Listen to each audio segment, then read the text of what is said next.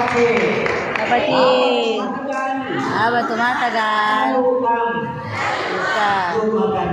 Maganda. Siyempre, pagkalaki ko ako. Wala nang pakiniwala para makakulukan sa organization. Kaya sa Lord, hallelujah, hallelujah. Okay?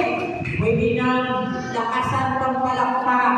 Kaya sa Lord, hallelujah. Siguro magpapakalo kung bakit napakahilig ko magpalakpak. Bakit? Okay naman sa lugar ng Laguna, ang Jerusalem. Mula sa malayo dito sa akin ang kasama ko ang koordinator. Ang sabi-sabi galing ko ng koordinator sa gitna.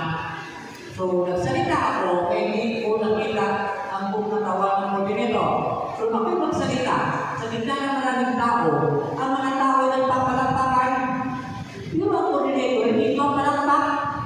Habang ko nagsasalita na hindi na tumaigil, ang mga tao tuwag-tuwag, naubos ko lang ko isang oras, ang koordinator hindi talaga pumalakpak.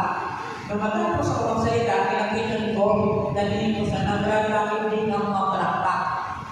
Nung makita ko kaya wala yung mga palakpak, putol ko lang kanyang kamay ng mga kamay. Wala na yung mga dito. Kaya tayo, dalawa ang kamay natin.